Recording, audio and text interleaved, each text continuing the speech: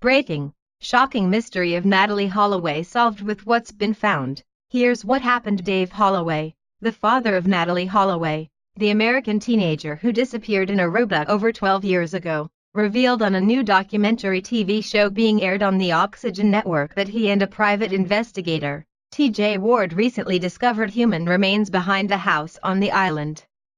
A forensic scientist last month confirmed that the bone fragments Holloway discovered on the island were indeed the Alabama teen which vanished during a high school graduation trip, because the bones are indeed human, and they are of Caucasian and European descent. But while Natalee is Caucasian and of European descent, the pathologist, Dr. Jason Kolowski, later dismissed reports saying they couldn't confirm the identity of the bones because they couldn't narrow down if the bones were from a male or female. Additional testing is underway on the skeletal sample, which is being compared against a DNA sample from Natalee's mother, Beth. Testing should be completed next month. What makes all this even more intriguing and gruesome is the fact that Natalee's father and a private investigator were able to track down John Ludwig, the man they were told helped Joran van der Sloot dispose of the teenager's body after her death. Ludwig then proceeded to confirm in an interview that aired this past weekend on the disappearance of Natalee Holloway, confessing to Ward that he and van der Sloot had Natalee's remains cremated and then scattered her ashes in the ocean. ABC News reports, Joran van der Sloot's mom says he could have done something to Peruvian woman Anita van der Sloot was quoted today in a Dutch newspaper saying her 22-year-old son Joran van der Sloot could have done something to Stephanie Flores, the Peruvian woman he is accused of murdering. The interview comes a day after ABC News obtained an email from Anita van der Sloot in which she asserted that her son is not a murderer. Anita van der Sloot has stayed out of the limelight as her son and even her husband Paul van der Sloot, who died earlier this year, were vilified, especially in the U.S. media.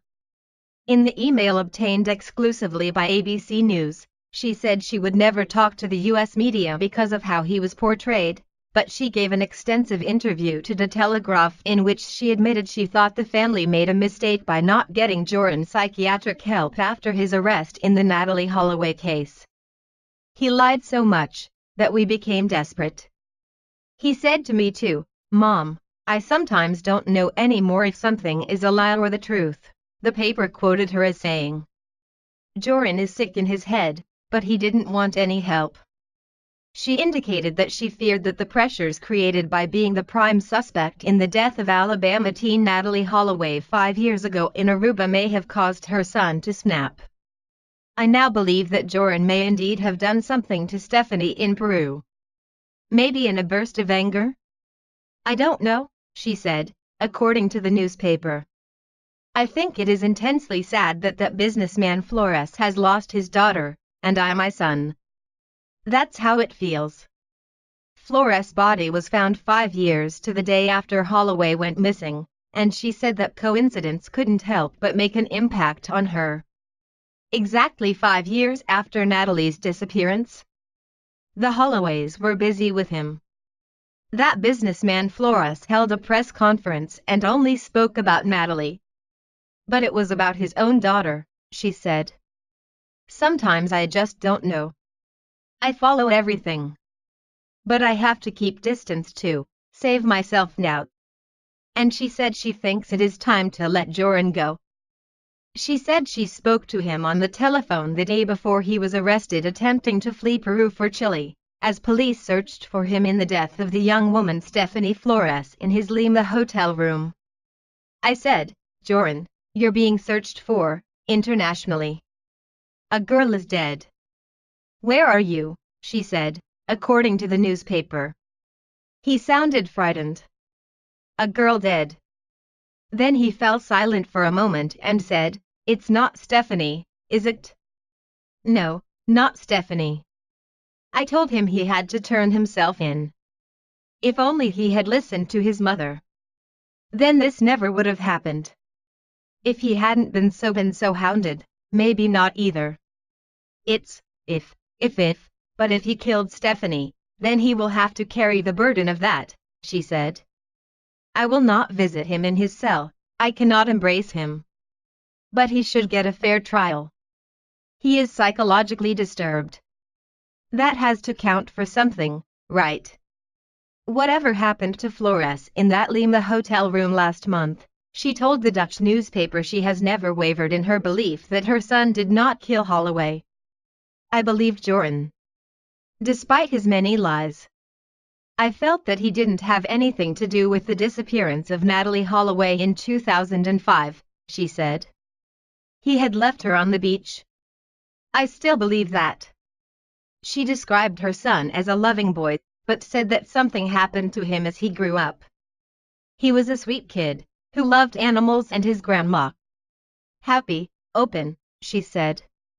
He lost his way along the way. It was gradual. After he was arrested for Natalee's disappearance, he was traumatized, the paper quoted her as saying. We then made a big mistake. We sent him to the Netherlands to study. He should have gone to a closed clinic. He needed psychological help even back then. He wasn't getting any rest, he was being persecuted. Things took a turn for the worse after he was secretly videotaped as he talked about Holloway's death in a rambling conversation. Much of it was shot as he rode in an SUV with Patrick van der Em, a man working with Dutch journalist Peter R. de Vries. Joran van der Sloot appears to admit he was present when Holloway died and that he helped dump her body in the ocean. Joran thought van der Em was his friend. When he walked into Peter R. de Vries' trap, things went downhill even faster, Anita van der Sloot said. I've seen the raw tapes of the undercover action. His confession was also an impressive feat of editing. Joran was trying to impress. That wasn't right. After that, people started pointing fingers at him, she said. He pretended like it didn't affect him. Joran was trying to appear tough. Then, according to the paper, she held her fingers just a little bit apart as she said, he has a heart like this, even as a little kid, invoking the Dutch expression that having a small heart means you are somewhere between being sensitive and easily scared. In the email given to close confidant and ex-girlfriend of Joran's, Melody Granadillo, Anita van der Sloot sounded frustrated and angry. I am not giving interviews to any American media station because I don't trust them. Stay safe and pray for Joran. He is not the monster they like the world to see.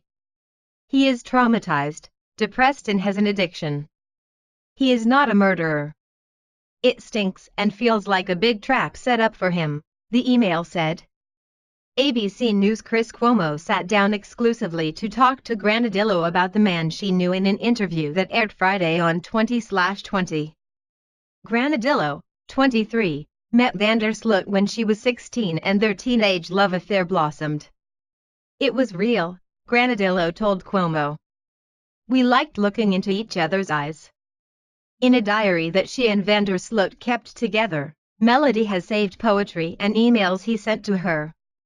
In one entitled Unforgotten Unforgettable Love, van der Sloot wrote, I don't quite remember the time or how you did your hair. I don't recall what was on my mind or who else was there. Filled with the tenderness and sincerity of a first love. Our noses rubbed before our lips touched. I remember never wanting anyone so much. It was the moment when I fell in love with you. Granadillo licensed a selection of materials she has kept for years to ABC News. Granadillo told Cuomo that the young Dutch boy who told her eyes were prettier than the stars was now a changed man. I know that he has a gambling problem, so I thought maybe that was taking over, Granadillo said. Despite their breakup, Granadillo never lost contact with van der Sloot, staying in touch through the disappearance of Natalee Holloway and up until his now infamous trip to Peru. Granadillo talked to Cuomo about the Holloway's disappearance and her contact with van der Sloot during his trip to Peru where he met and allegedly killed Flores. On the day that van der Sloot was arrested for the murder of Flores, Granadillo says she received a text message from van der Sloot asking him for money to buy a ticket back to Aruba.